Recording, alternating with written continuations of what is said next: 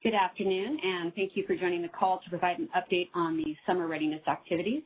This is Christina Osborne with ISO Stakeholder Affairs. I'll be the meeting facilitator. The presentation that we're going to go through today was posted earlier on the 2021 Summer Readiness webpage, which is linked from the homepage of the ISO website. So first on the agenda, Greg Cook, Executive Director of Market and Infrastructure Policy, will provide a high-level update on the market enhancements for Summer 2021 Readiness Initiative. Delphine Ho, Director of California Regulatory Affairs, will give an update on regulatory activities. Neil Miller, Vice President of Infrastructure and Operations Planning, is going to provide an update on the 2021 Summer Assessment. And then finally, we have John Phipps, Executive Director of Grid Operations, will update you on operations-related matters. Also joining the ISO in the panelist window, you see Anna McKenna, Interim Vice President of Market Policy and Performance, Mark Rossletter, Senior Vice President and Chief Operating Officer, Joanne Serena, Executive Director, Customer Service and Stakeholder Affairs, and Guillermo Bautista Alderete, who is Director of Market Analysis and Forecasting. So there will be an opportunity to ask questions. We're going to run through the presentation. It's pretty brief. They're on a lot of slides. At that time, the event producer will provide you with instructions for how to raise your hand. Again, this call is being recorded, and we will make the video file available for a limited time on the Summer Readiness webpage that I mentioned earlier. And we do have some resources linked at the end of this presentation, one of which is to that Summer Readiness webpage. So with that, I'm going to go ahead and turn it over to our first presenter, Greg Cook. Thanks, Christina. Good afternoon, everyone. If you can go to the next slide, please. So we have a number of enhancements planned for this summer in a bunch of different areas. The first is we have some enhancements planned for pricing and supply incentives. So first, we have incentives for hourly import offers during tight supply conditions. Here, we're proposing an import bid price make-whole payment during tight supply conditions. We're also proposing an enhancement for stronger price signals when in emergency conditions. We've proposed to price our contingency reserves at the bid cap when we're at risk of load shedding. And then finally, we've also put in place some proposed provisions to preserve price signals when we dispatch emergency demand response resources to ensure that they're dispatched through the market as much as possible. So these pricing and supply incentive enhancements were all included in our Summer Readiness Initiative filing that we filed with FERC on March 26th. Next, we're also planning some enhancements related to battery state of charge. We're putting in place a minimum state of charge requirement, and this is intended to be an interim measure so that we can preserve resource adequacy storage resources state of charge to their day-ahead market schedules on some of the tightest days when we have a rocky infeasibility to ensure that we can help meet our reliability needs across those critical net peak hours. Now, this proposed change was included in our Resource Adequacy Phase 1 filing that was filed with FERC on March 29th. We're also proposing some enhancements to the EIM sufficiency test. We're including an uncertainty amount. We're adding that into the EIM resource sufficiency test so that this will include net load uncertainty. We're also proposing a change to address a market modeling issue regarding energy interchanges between EIM balancing authority areas and the ISO balancing authority area that caused some operational issues last summer. And then finally, we're also proposing some enhancements to our outage substitution process. And in essence, we're going to require substitution for all planned outages this summer. This change was also included in our Resource Adequacy Enhancements Phase 1 filing that we made at FERC on March 29th. And then finally, the last piece of our Summer Readiness policy proposal is some clarifications for exports and wheeling priorities. And really, you know, our goal here is to clarify how our load export and wheeling curtailment priorities will be done under emergency conditions if we happen to enter those this summer.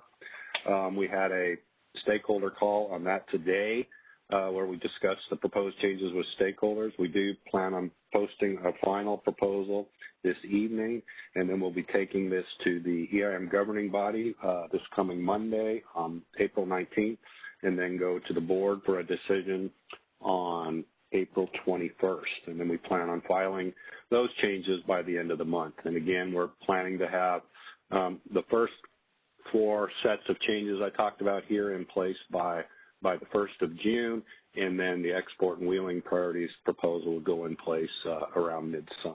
So that's really a high-level overview of what we're planning for the market policy enhancements this summer, and I'll stop there and see if there's any questions. Okay.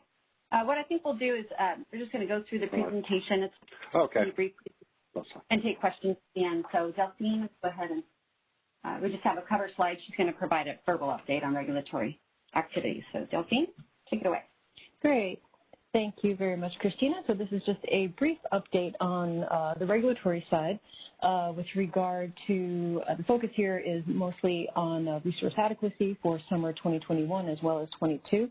As many of you are aware, the CPUC has been very active. They had a series of decisions, one in February, one in March, regarding summer needs for focusing on 21, but also with 2022. The CAISO had advocated for an increase in the planning reserve margin from 15% to 17.5%. The CPUC in the decision ultimately decided to effectively increase the PRM. Officially, the planning reserve margin will stay at 15% for CPUC jurisdictional load-serving entities. However, the CPUC has committed and authorized the investor-owned utilities to procure additional resources to basically get enough procurement to get to that 17.5%, and those resources, to the extent possible, should be shown as resource adequacy. So we appreciate the PUC's efforts there. We look forward to having more resources in our system for the summer, derivative of that order, as well as all of the resources that were already in flight and coming online. And we are actively supporting those resources as they reach their commercial online date. 2 other points coming out of the CPUC decision. We also appreciate that CPUC has now funded the statewide Flex Alert program. So that will be a great continuation of our Flex Alert messaging for this summer. And I think as we will be discussing later in this update, that will be used as part of our broader communication efforts. And we also hope to, as part of that effort, to further expand and modernize some of that Flex Alert messaging. So as many of you know, the Flex Alert messaging is now integrated at the CAISO with our apps, for example, as well as on our website. But we hope to take that even further in future and have that, pushed out through other venues. So we look forward to working with the CPUC and the IOUs on that effort. Another part of the decision that the CPUC put out in March was the creation of a pilot emergency load reduction program. So there, what's interesting there is that there's 2 parts of it. The first part will be resources that can receive compensation if they participate successfully in this pilot and actually curtail load or generate. But those are resources that are outside of the CAISO market. This is not part of resource adequacy. And so we look forward to working closely with the investor-owned utilities as they enroll folks into that program. The connection there being that we will have the day-ahead trigger for that program based off of CAISO's declaration of an alert. So again, we look forward to working with the IOUs as they develop those programs and sign up for enrollment for this summer. The other part of that emergency load response program is also looking at incentivizing demand response already in the CAISO market. So that would be targeted towards the proxy demand response or the reliability demand response resources. And there the PUC has created a program which would offer additional compensation for increased response from those resources that already do participate in the CAISO market. These are brand new programs, so again, we do look forward in working with the IOUs to see how those are structured and how those will ultimately perform in our market. So that is it for the majority of the regulatory update of things that have happened. Just to give you a little preview of things that will be happening is, as I mentioned, we will have a more comprehensive communication protocol for this summer, and we are reaching out to both the PUC and the CEC to coordinate on that communication, as well as broadly communicating that to market participants in the market. So thank you for that. I was it for the regulatory update. Turn it back to you, Christina. Perfect. Thank you. All right. So Neil's going to provide a verbal update on the 2021 summer assessment. Neil? Okay, thank you. So yes, just a few points I wanted to bring up is that we are driving towards completing our traditional summer assessment, looking at the probabilistic approaches of what summer of 2021 would look like, driving off of historical data and new information. A few points of interest there. We're looking at having that ready for the board meeting in May. So the earliest we would see getting that posted would be as early as May 10th, but the timing is a little flexible around that.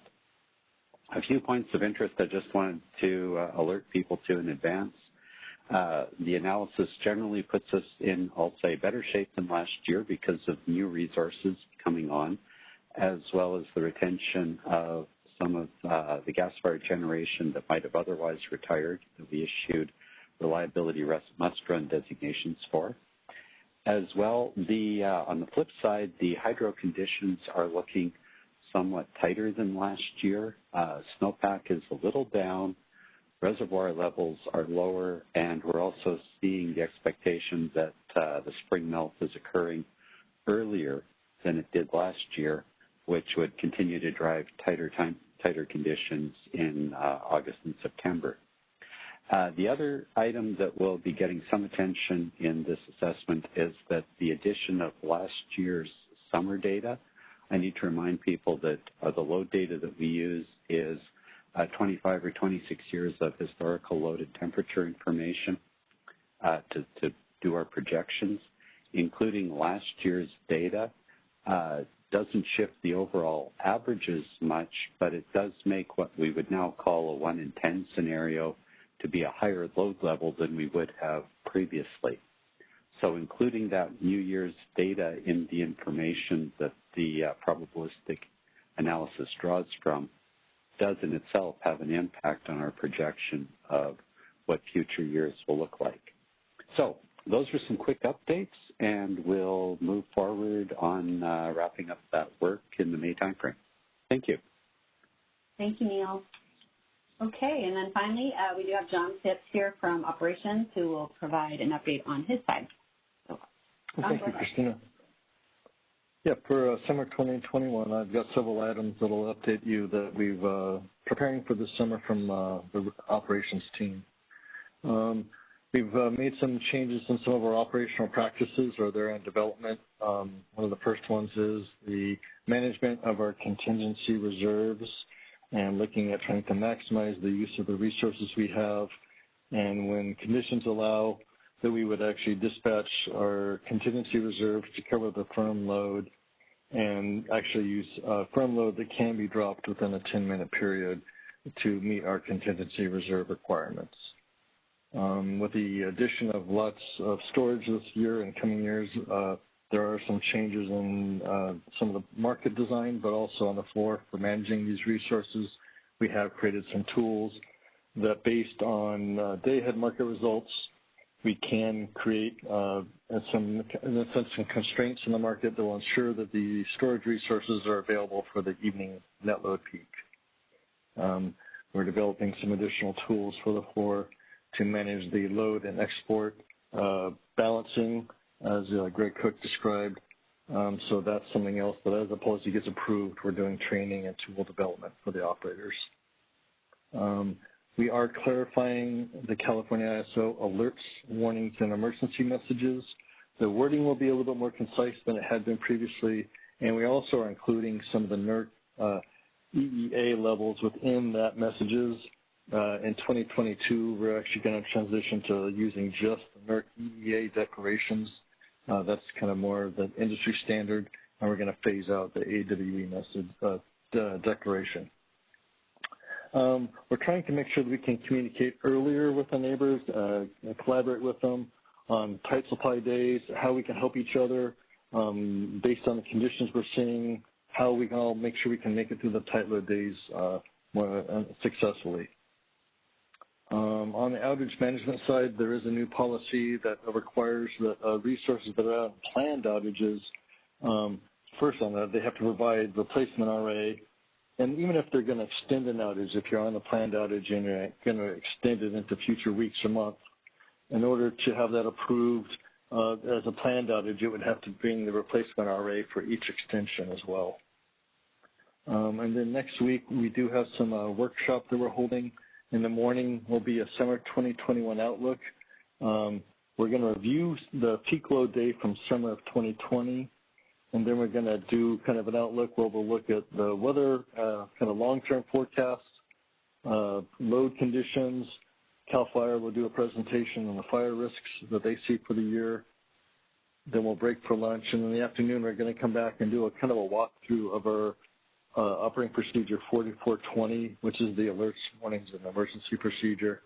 We're going to show from 7 days out the steps and actions that the ISO is taking internally, the types of communications you'll hear from us, what those communications are trying to share with the outside world, and actually demonstrate some of the collaboration we're going to be doing with these other entities.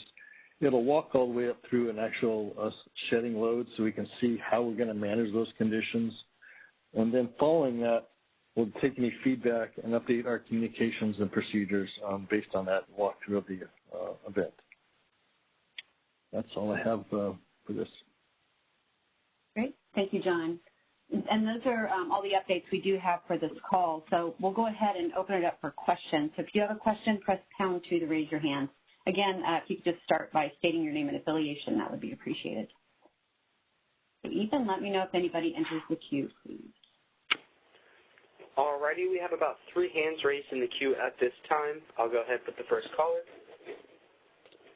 Caller, you are unmuted. Please go ahead. Yes, this is James Mearns with Northern California Power Agency. I have a question about whether there's been any reconsideration of the retirement and surrendering of the license for Diablo Canyon in light of the recommendation to the CPUC to procure the extensive amount of additional resources that are projected for the next 5-year window.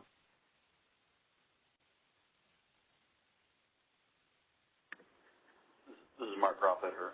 I'm not aware of any at this point. The CPUC has taken steps to procure additional resources in support of the retirement of Diablo Canyon, and I think that's the current status at this point.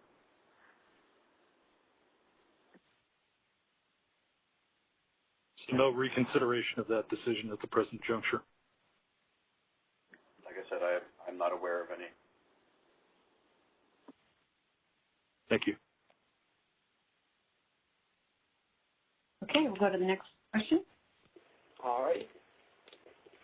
Caller, you have been unmuted. Please go ahead. Hi, this is Callie Wells with WPTF. I actually have 2 questions. One is on this operations workshop on April 21st. Did I hear you say that's going to be a public workshop? It's actually an invitation. We're keeping it mostly on the operational reliability side. That allows us to have a good discussion with those that are going to be actually having to take the actions and all the other entities. So this is actually more of a by invitation only. Okay. I looked on the calendar. I didn't see it, and that would probably explain why. So you guys will be sending out invitations to different entities? Correct. Okay. Appreciate that clarification. And then my other question I had was actually somewhat related to the call this morning. I know there's an addendum that's going to be posted by the end of the day today. Is that the final proposal, or can we anticipate potential modifications in the next iteration of the tariff? Hi, Callie. This is Greg. Yeah, we intend that to be our final proposal this evening, what we'll be taking to the board next week. Okay, so will it incorporate any potential changes based on the conversation that took place this morning? Yes, if we're making any changes based on that, well, those will be included in that paper tonight. Wonderful. Thank you. Thank you, Kelly. Do we have other questions? All right, we do have one more question in the queue at this time. As a reminder, you can enter the queue by pressing #2 on your telephone keypad. Caller, you have been unmuted. Please go ahead. Hi, thank you. This is Barbara Barkovich for Klika. I'm filling in for someone. I had two questions. One was, if you're going to clarify the AWE messages to include NERC EEA levels, will that affect the triggering of RDRR at the warning stage? Will that lead to a different trigger? For this year, we will still be using the warning.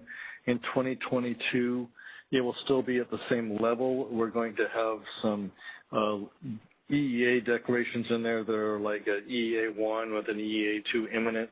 But so it would still be at the same step in the procedure, but we would have an equivalent EEA declaration. So it doesn't change the order or the step that it's done in, but you would see the conversion from a warning to the EEA level. And we will have some additional documentation this year and next year to help clarify all the steps that are changed, how the wording would be changed.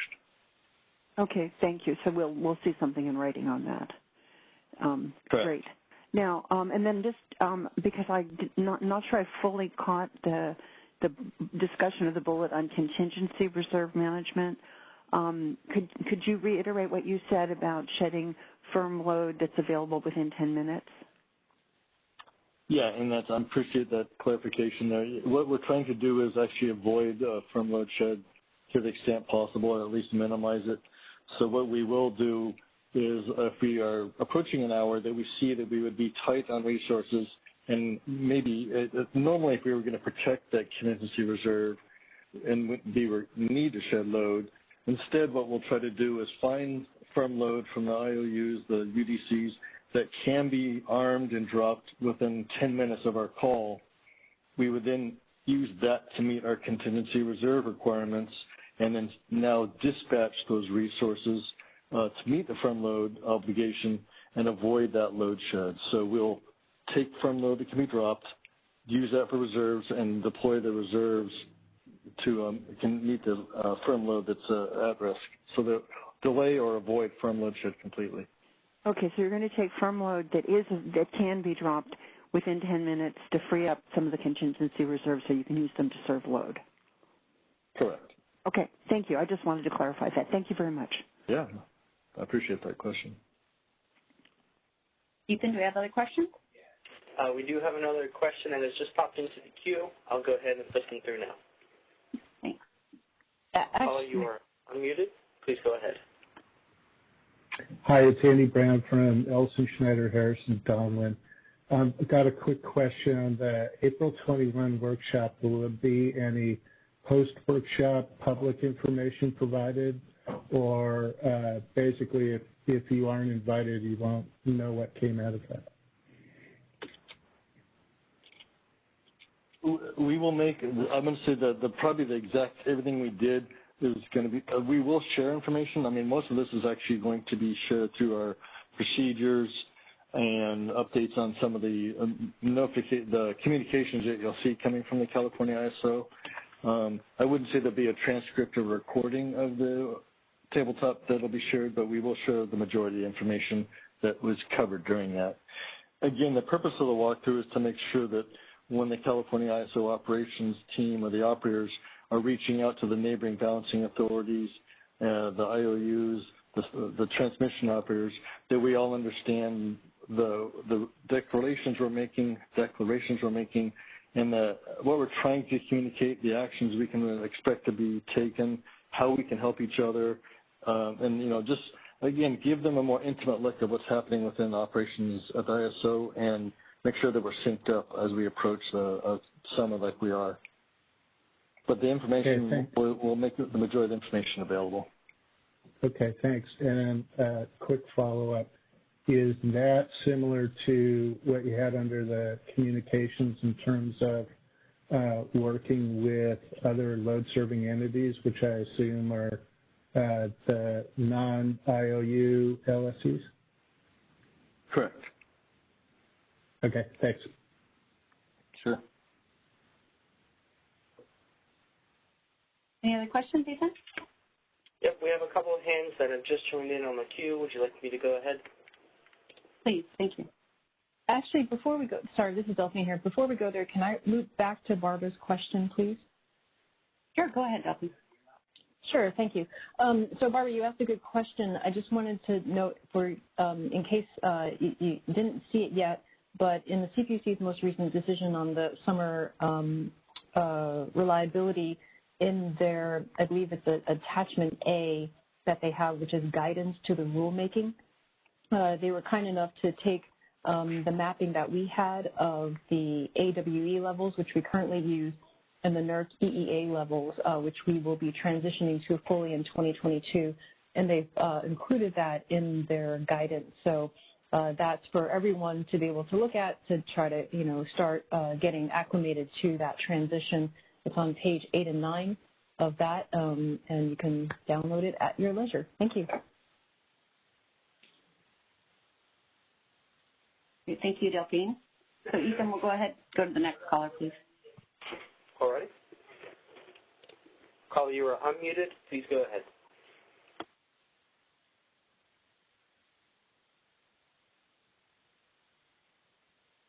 Caller, please ensure that your personal device is unmuted as well. Hi, this is Callie Wells. I think maybe my hand was not lowered after the last time. I have no additional questions. All righty. In that case, I'll be moving on to the next caller. Caller, you are now unmuted. Please go ahead. Hi, this is Bonnie Blair. I represent the Six Cities group. With respect to the workshops that you're holding, are you including publicly owned utility, operational folks, let me start there, and then I'll maybe follow up. Yes, and I do believe all your members were invited. Great. I appreciate that. Thanks very much. Sure. Any other questions, Ethan? At this time, there are no further questions in the question queue. Okay. I did see, this is John Phipps, Christina. Yeah. I did see a question come in through the chat regarding how far in advance can ISO inform of potential shortfalls. And I'll take it maybe not quite in the context anybody's asked, but that we are looking to try to at least 4 to 7 days in advance, if we see tight supply days coming, begin sending out communications and giving warnings of tight supply days. So between 4 to 7 days in advance, we should be able to give a heads up. So hopefully that answers that question. If you do have a follow-up question, you can press pound 2 to raise your hand, and we'll open your phone line. But there was a question also, will CCAs be included in the communications workshops? If it's the workshops on the 21st, only if they have operational staff that are contacted in real time. Okay. So thank you to all the speakers. Really appreciate it, and for all the questions. This slide just has some resources that are available to you on the ISO's webpage, website.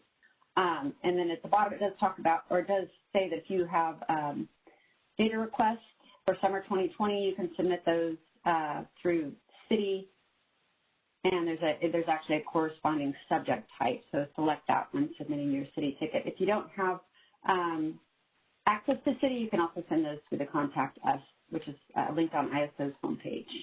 And if you are a member of the media, please reach out to ISO Media at CAISO.com to verify information before you're putting out your publication. So thank you all. Are there any remaining, is there anybody left in the queue, Ethan? Have we covered everybody's questions? It appears there was a hand raised. There's one more in the queue. Would you like me to put them through? Yeah, that'd be great. Thank you. All right. Caller, you are unmuted. Please go ahead. Hi, good afternoon. Thanks for taking my question. This is Erica Keating from Southern California Edison. I actually have two questions. One is a follow-up to Barbara's first question. It was about that firm load that could be dropped within 10 minutes. I was wanting to know, or maybe confirm, that that load would not be demand response resources, or would it be demand response resources? It should not be demand response. No, it should not be the demand response resources. Those should already be in the market or being managed by Edison. So this would be load that actually would be firm load that instead of being dropped, we can use for contingency reserve. Okay. And then my second question was about the changes to RDR bidding in order to try to encourage more organic, I'll say, dispatch in the market via price signals. And my question is this, has any thought been given to, or is there any concern about premature event ending using that, using price signals as the dictating demand response resource dispatch, or has the CAISO thought about that?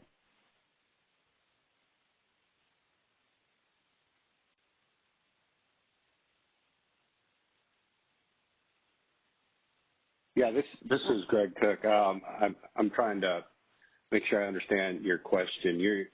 So the emergency demand response, or the RDRR, again, they would only be dispatched pursuant to the when we're in the issuing a system condition warning notice or entering into a system emergency. At that point, then we would be entering those resources into the market, and they'd be dispatched through the market. And I think, the provisions that we're putting in place would be just to help to ensure that those would be dispatched more efficiently through the market. In particular, we're planning on now dispatching those through our real-time pre-dispatch process as well, which would help to account for, some of the operational limitations of those resources as well. And then they'd be able to indicate whether they're hourly 15 or 5-minute resources, and we'd allow the 15 and 5-minute resources to set the price. So, I think we think it'd be, by providing those incentives, it's going to have a more efficient means of dispatching those resources. And the primary purpose of this as well is to, try and avoid, to the extent possible, the manual dispatches that we've used in the past that tend to not necessarily preserve the price signals that would come through from dispatching those resources as they're required to be bid into the market at 95% of the bid cap, or $950 or higher. Mm-hmm. Yeah, I understand the intent behind the dispatch trigger. I guess what I'm visualizing is, and in my mind, I've got a picture of what the hourly average prices were during the August emergencies last year. So if prices do spike at $950 or above, let's just say, for a couple intervals, but then they drop below that in the third or fourth interval, we're going to get a signal that says end the event. And the way that most of our programs are governed is that they only get one dispatch per day. So I guess what I'm asking is, do we have confidence that the price signals are going to reflect the grid need in real time? And if so, that's great. Or if not, I'm wondering if, we've got if anyone's thinking about any way to handle that.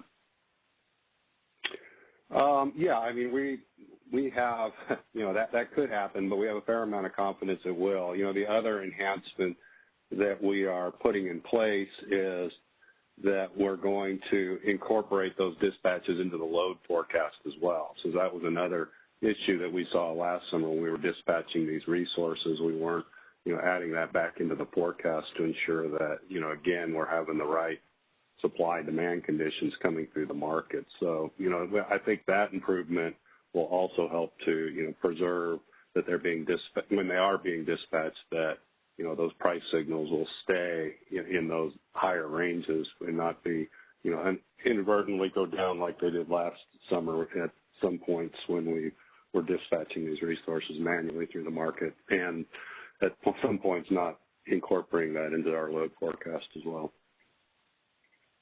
Okay, maybe at some point we can connect. I can connect with some of your staff offline to maybe better understand that last point you made. So I appreciate it. Thank you. Okay. You bet. Ethan, do we have anybody else in the queue? We do have another that has popped in. I'll go ahead and put them through now. Caller, you are unmuted. Please go ahead. Hi, this is Kevin Cito with Southern California Edison. I had a follow-up question to one of the comments made earlier about CAISO providing, I think you mentioned up to 4 to 7 days notice in the case that there might be, system conditions or system shortfalls. What type of detail might be able to be, I guess, you can inform the market about in those type of notifications? Like, will there be any actual numbers or certain geography or anything of that nature that can help inform the market in those updates that CAISO can provide? Yeah, this is John Phipps again. I would say, and then others can chime in, but essentially what we'll be trying to do is give a visual on today's Outlook where we'll show the RA capacity for the 7-day period and what the load forecast is. And as we get closer to the operational date, the better the forecasts are, the more accurate they are. But so as much as possible, yeah, we may say that we're looking at a 1,500 megawatt deficiency at this point. And if it is a specific region, we might even call out, this is for Southern California. I'm going to say we're going to try to give as much information as we can to give the best heads up we can. It's just it may be difficult and right now knowing what we would see. But I'm going to say we'll try to be as transparent as we can be with the conditions we're seeing, which is one of the reasons we're actually putting this information on today's Outlook as well.